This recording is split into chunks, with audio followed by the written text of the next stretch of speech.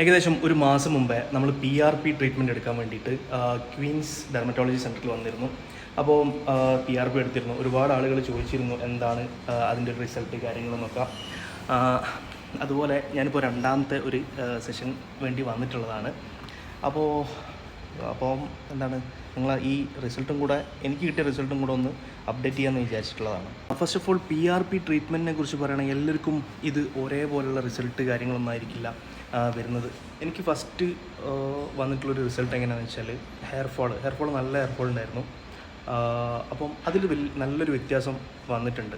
അതുപോലെ തന്നെ ഇത് എത്ര സെഷൻ എടുക്കേണ്ടി വരും, എങ്ങനെയാണ് ഇതിൻ്റെ ചാർജ് എന്നുള്ള കാര്യങ്ങളൊക്കെ ഒരുപാട് ആളുകൾ മെസ്സേജ് ചോദിച്ചിരുന്നു. പറ്റുന്ന ആളുകൾക്ക് മാക്സിമം റിപ്ലൈ കൊടുത്തിട്ടുണ്ട്. അപ്പോൾ അത് ഡിപ്പെൻസ് ഓരോരുത്തരെ ഇതനുസരിച്ചിരിക്കും. അതിവിടെ വന്ന് കൺസൾട്ട് ചെയ്തിട്ടതിന് ശേഷമാണ് അത് എത്ര സെഷൻ വേണ്ടി വരും, എങ്ങനെയൊക്കെയാണത് എന്നുള്ള കാര്യങ്ങളൊക്കെ പറയുന്നത്. അപ്പോൾ പിന്നെ ക്വീൻസ് നമ്പർ ഇവിടെ ക്വീൻസിൻ്റെ നമ്പറൊക്കെ ഞാൻ ഇവിടെ കൊടുത്തിട്ടുണ്ട്. അതുപോലെ നമ്മുടെ വീഡിയോൻ്റെ ഡിസ്ക്രിപ്ഷനിൽ ഡീറ്റെയിൽസും കാര്യങ്ങളൊക്കെ ഉണ്ട്.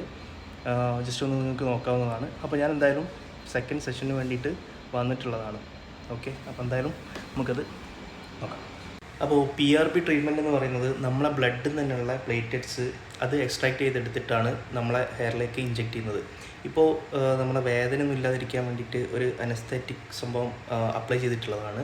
ഒരു 20 മിനിറ്റ് കഴിഞ്ഞതിന് ശേഷമാണ് ഇനി PRP ട്രീറ്റ്മെൻറ്റ് സ്റ്റാർട്ട് ചെയ്യുക. അപ്പോൾ ബ്ലഡ് ഇതാ എടുത്തിട്ടുണ്ട്.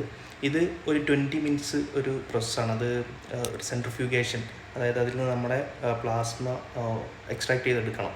എന്നിട്ടാണ് ഇത് ചെയ്യുന്നത്. അപ്പോൾ ബ്ലഡ് എടുത്തിട്ടുണ്ട്. ഇനി ഒരു സംഭവം കഴിഞ്ഞ് ഒരു 20 മിനിറ്റ്സ് ടൈം എടുക്കും. ഇതിനു വേണ്ടി വെയിറ്റ് ചെയ്യണം. എന്നിട്ടാണ് ട്രീറ്റ്മെൻറ്റ് സ്റ്റാർട്ട് ചെയ്യുക. നമ്മളിപ്പോൾ ട്രീറ്റ്മെൻറ്റ് റൂമിലാണുള്ളത്. നമുക്ക് കഴിഞ്ഞ തവണ നമ്മൾ ഈ ഒരു ഇത് വെച്ചിട്ടായിരുന്നു നമ്മൾ ചെയ്തത്. പക്ഷേ ഈ തവണ നമുക്ക് ഇഞ്ചക്ഷനാണ് ചെയ്യുന്നത്. വലിയ മാറ്റങ്ങളൊന്നും ഇല്ല, എന്നാലും അങ്ങനെയാണ് ഈ തവണ ചെയ്യുന്നത്. ഓക്കെ, അപ്പോൾ എന്തായാലും സ്റ്റാർട്ട് ചെയ്യാം. നമ്മളോട് കുറേ ആളുകൾ ഇങ്ങനെ ചോദിക്കാറുണ്ട് ഭയങ്കര പെയിൻഫുള്ളാണോ എങ്ങനെയാണ് എന്നൊക്കെ ഉള്ളത്. അപ്പോൾ അതിനൊരു ആൻസറാണല്ലോ ഇത്.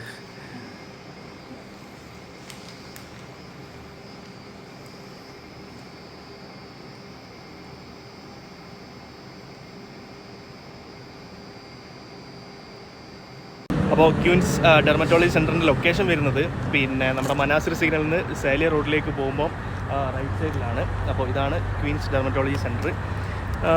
അപ്പോൾ എനിവേ അപ്പോൾ PRP ഒക്കെ ചെയ്യാൻ ഉദ്ദേശിക്കുന്ന ആളുകൾ കൺസൾട്ടേഷൻ ഫ്രീ ആണ്. അപ്പോൾ എന്തായാലും വന്ന് നോക്കിക്കോളൂ. പിന്നെ ഓക്കെ, അപ്പോൾ എന്തായാലും അടുത്ത സെഷൻ ഇടുന്ന സമയത്ത് വീണ്ടും കാണാം. അപ്പോൾ ഒരു കാര്യം പറയാൻ മറന്നു. കുറേ ആളുകൾ നമ്മളോട് പെയിൻഫുൾ ആണോ എന്നുള്ളൊരു കാര്യം ചോദിച്ചിരുന്നു എന്ന് ഞാൻ പറഞ്ഞല്ലോ. അപ്പോൾ പെയിൻഫുൾ ആണോ എന്ന് വെച്ചാൽ അത്ര പെയിൻഫുൾ ഒന്നല്ല. അതായത് പിന്നെ ഒരു അനസ്തറ്റിക് ഒരു ജെല്ല് നമ്മളെ സ്കാൽപ്പിലൊക്കെ അപ്ലൈ ചെയ്യും. എന്നിട്ടാണ് ഇത് ഇഞ്ചെക്ട് ചെയ്യുന്നത്. അതുകൊണ്ട് തന്നെ പെയിന് അത്ര പെയിനൊന്നുമില്ല. പിന്നെ ഈ തവണ എനിക്ക് ഇഞ്ചെക്ഷൻ ആണല്ലോ ചെയ്തത് കണ്ട പോലെ. അപ്പോൾ അതുകൊണ്ട് ഈ ഭാഗത്ത് കമ്പാരിറ്റീവ്ലി ചെറിയൊരു പെയിന് കൂടുതലുണ്ടായിരുന്നു എന്ന് മാത്രം. പക്ഷെ അത് പറയത്തക്കവണ്ണ പെയിനോ കാര്യങ്ങളോ ഒന്നുമല്ല. അപ്പോൾ എന്താണ് അത്രയൊക്കെ തന്നെ. നല്ല ഉറങ്ങാത്തതുകൊണ്ടാണോ എന്നറിയില്ല, ഫേസൊക്കെ ഭയങ്കര ഓക്കെ. എനിവേ, അപ്പം അടുത്തൊരു വീഡിയോ കാണുന്നവരെ ബൈ. പിന്നെ കൺസൾട്ടേഷൻ ഫ്രീ ആക്കിയിട്ടുണ്ടെന്നുള്ള കാര്യം ഞാൻ പറഞ്ഞല്ലോ, മറക്കണ്ട.